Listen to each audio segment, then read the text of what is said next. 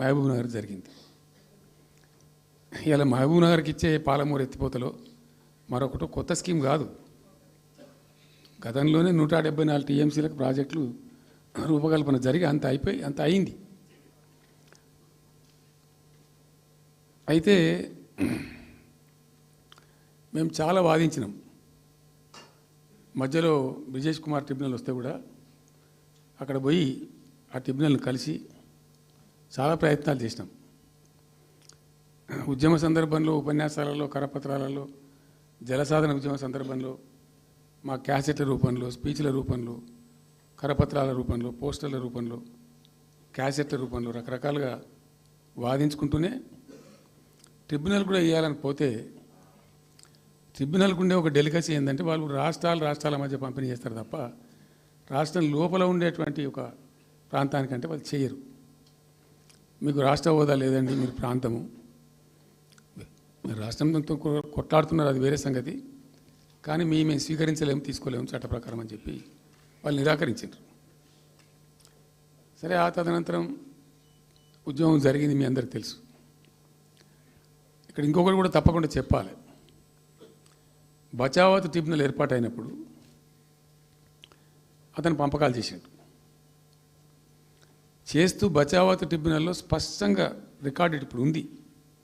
బచావత్ ట్రిబ్యునల్లో స్పష్టంగా పొందుపరచబడి ఉంది. ఇప్పుడు బచావత్ గారు ఖుద్దు రిటైర్డ్ సుప్రీంకోర్టు జడ్జి, ఆయన స్వయంగా ఏమన్నాడంటే ఈ ప్రాంతం నిజంగా చాలా నిరాదరణకు గురైంది, ఇంకా అవుతూ ఉన్నది. ఆ రోజు విపత్కర పరిస్థితి, దుర్భరమైన పరిస్థితి ఏంటంటే పాలమూరు గురించి గంటెడు నీళ్ళు అడిగిన వెళ్ళేటప్పుడు ఇంత కేటాయించండి, ఈ కరువు జిల్లా ఉంది అని అడిగేవాడే లేడు. ఆనాటి సమైక్య ప్రభుత్వం చేసిన ద్రోహం. బచావత్ ఏం చేసిండు, మాకు చూడబుద్ధి అయితే లేదు, ఇది మా అంతల మేమే సూమోటో ఈ సమైక్య ప్రభుత్వం ప్రతిపాదించకపోయినా ఒక 17 టీఎంసీ జూరాల ప్రాజెక్టు మంజూరు చేస్తున్నాము. అయితే సాంకేతిక కారణాలు మరొకటో చూపెట్టి ఈ జూరాల ప్రాజెక్టుని ఇక్కడి నుంచి ఎత్తగొట్టద్దు, వేరే కాడ కట్టద్దు, ఇక్కడ మాత్రమే కట్టి తీరాలే, దానికే అలాట్ చేస్తున్నామని చెప్పి ఒక కండిషన్ పెట్టిండు ఆయన. ఇది ట్రిబ్యునల్. అతను ఒక న్యాయమూర్తిగా పనిచేసిన వ్యక్తి కాబట్టి చూడబుద్ధి కాక ఆ బాధ భరించలేక ఈ కామెంట్ కూడా రికార్డు చేసిండు ట్రిబ్యునల్లో. ప్లస్ ఆ 17 టీఎంసీ జూరాల ప్రాజెక్టుకు కేటాయించిండు. ఎంత విషాదం అంటే అది ఎప్పుడో 74లో 74 నుంచి 78 దాకా జరిగింది కథ అంతా. అతను కేటాయిస్తే దానికి ముట్టినోళ్ళు లేడు, పట్టుకునోళ్ళు లేడు, తీసినోళ్ళు లేడు. అంజయ్య గారు ముఖ్యమంత్రి అయినాక ఒక ఏడాది తర్వాతనేమో అప్పుడు అంజయ్య గారు దానికి ఫౌండేషన్ స్టోన్ వేసారు. ఫౌండేషన్ స్టోన్ వేస్తే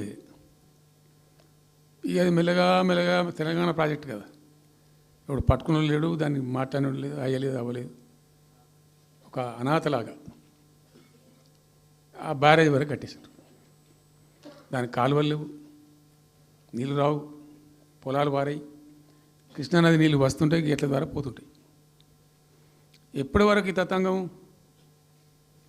తతంగం 2001లో గులాబీ జెండా ఎగిరేదాకా ఇదే తతంగం. ఇంకా విషాదం ఏంటంటే అప్పుడు ముఖ్యమంత్రి ఉన్న చంద్రబాబు నాయుడు ఆయన మహబూబ్నగర్ జిల్లాను దత్తత తీసుకున్నాడు. ఆయన దత్తతలో ఉండే చేసి నేను అడాప్ట్ చేసుకుంటున్నా ఈ కరువు జిల్లా, దీన్ని అది చేస్తా, ఇది చేస్తా, పొడి చేస్తా అని మాటలు చెప్పి ఇష్టం వచ్చినన్ని పునాదురాలు వేసిండు.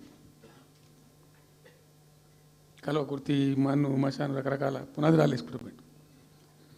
ఉద్యమ సందర్భంగా నేను చేసే ఉపన్యాసాలలో నేను మాట్లాడేది ఈ పునాదురాలన్నీ ఎందుకు మనకు పట్క ఏడుస్తానికా, చూసుకుంటానికా, ఏం లాభము, ఈ రాళ్ళని అంశం కృష్ణానదిలో అడ్డమేస్తూ చెక్కడమని అయితే ఎదురా భయం అనేది నేను నవ్వేది, జనం సప్పట్లు కొట్టేది సభలలో నేను చెప్తుంటే.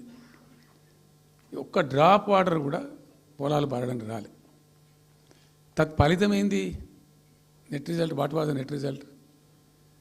పాలమూరు జిల్లాలో ప్రతి తాలూకా కేంద్రం అంటే ప్రతి నియోజకవర్గ కేంద్రం నుంచి వలసలు పోవడానికి ప్రజలు ప్రతి బొంబాయి నుంచి bus, Narayanpet Bombay bus, Wanaparthy Bombay bus, ఇంచుమించు అన్ని తాలూకాల నుంచి బొంబాయికి డైరెక్ట్గా బస్సు. ఏం చేస్తారు ప్రజలు పొట్ట చేత పట్టుకొని వలస